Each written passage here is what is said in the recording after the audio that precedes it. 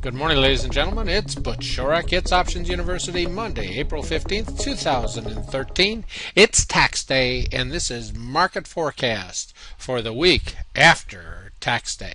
Access to this video is for educational and informational purposes only. Nothing contained in this video, website, or promotional material constitutes a promotion, recommendation, solicitation, or offer of any particular investment, security, or transaction.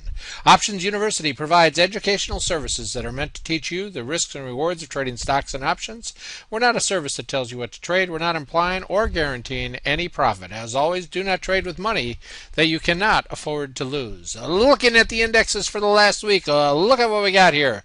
Looking at the Dow, NASDAQ, S&P, and the Russell 2000, we see that all numbers this week are in positive numbers, having a nice gain in the week, albeit that we did have a little bit of a pullback on Friday. Look at the percent change for the week, up 2%, up 2.8%, 2.3%, 2.1%. So looking for the week, we saw we had nice gains in the market this week after our pullback from last week. So just like that, the world is calm. Dow up 13%, leading the overall path to the upside. All-time highs of the Dow this week. NASDAQ, the only one not to be in double digits, but up 9.1%. S&P 500 up 11.4%. And Russell also back into double digits, up 11%. As we see, the market decided it was time to go for all-time highs and just keep right on going. Looking at economic announcements coming in the next week, we see that on Monday, April 15th, we got the Empire State Manufacturing at 8:30. We got Housing Market Index at 10 o'clock. As we go into Tuesday, we see we got CPI, which certainly can move the market. We've got housing starts at 8:30, both of those occurring before the market opens. And finally, we'll go to Wednesday. Looking at Wednesday, we see we got not a whole lot happening in that entire day. Beige Book used to move the market, doesn't do much anymore. Thursday at 8:30, as we have every Thursday, we see the weekly jobless claims report. And then coming into the 10 o'clock time, we see that we have the Philly Fed survey, and we have economic leading indicators coming in at 10 o'clock, which will talk to us about last month in our overall economy. Friday, it looks about as bleak as you can look on a page, with nothing much happening in the overall market as far as economic announcements. Let's take a look and see what the SPX did during this week as we saw the numbers heading up. And look at that, all-time highs coming out of the SPX. And we see that as we look at those 5 days, we did exactly what we talked about on Monday. Look for that higher high, and we broke out of that 1560, and we hit that previous high of 1576.09 like it didn't even count, blowing through that. And finally, we see that we are in an upcycle.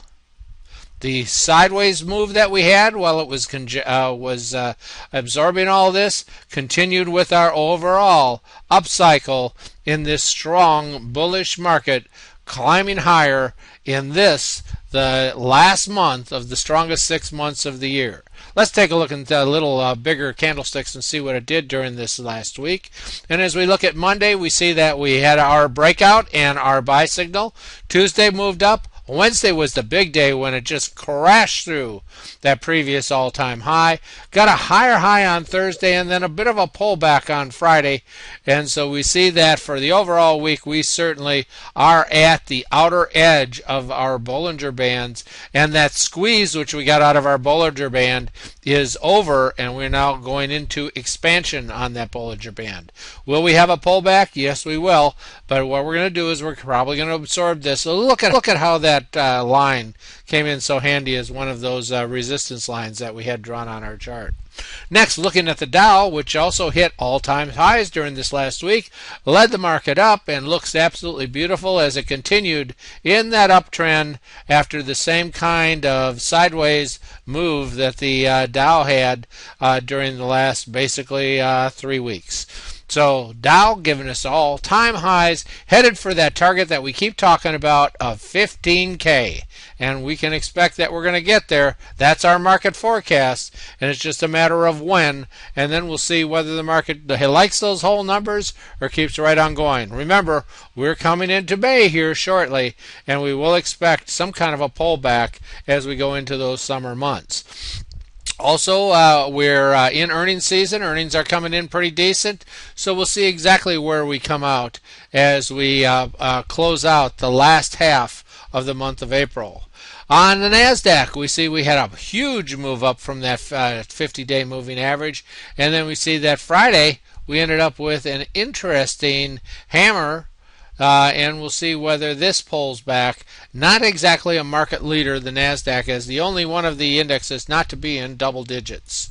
Finally, let's take a look at the Russell 2000, and we see that we didn't get all new time highs out of the Russell, as we saw that level of resistance sitting there. Watch for a pullback. This one will probably lead down before the overall markets do. So we see that we're sitting on the 30. You can kind of watch this Monday as a key as to which way the market's going to go for the next week. Looking at the VIX, we see that the VIX really pulled back to those lower areas that we spent a lot of time in during this last 3-month period, as we saw the market gain and the fear come out of the market as it started heading up.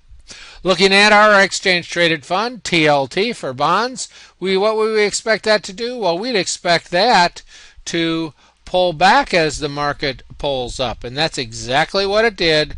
But you see we had a bit of a pop up on Friday as we had that pullback in the market.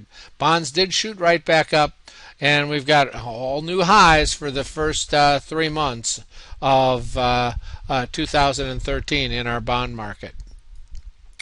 Taking a look at the XLF, our Spider Select Sector Fund for the financials, we see that it did follow the market, headed up, and looks very much like the Dow and like the S&P, as we see all highs for the last couple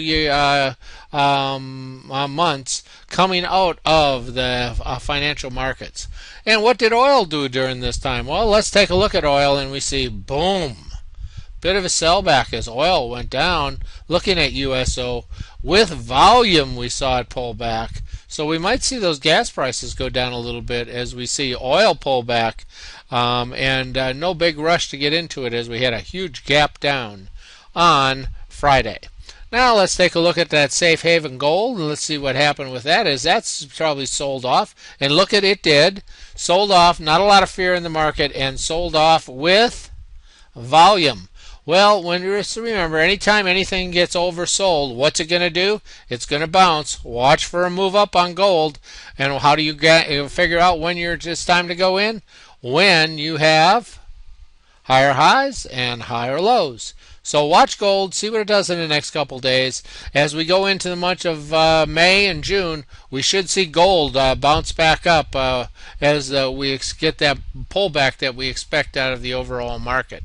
And finally, let's see what kind of volume we had in the market this last week. And we see that basically we're sitting there with some kind of average volume in the SPY and in the overall market. So that's the market as occurred during the last week. And so those of you that are here following this week after week, you know that we've got stocks that we watch every week. These are for our gold members. And for those of you that are not gold members, if you'd like to see more free videos from Options University, go to www.optionsuniversity.com/free gold. And with that thought, this is With Market Forecast on Tax Week, Butch Shorak, Options University, Monday, April 15th, 2013. Make that mad rush to the post office to get that thing postmarked today. And I want to thank you, ladies and gentlemen, for being here.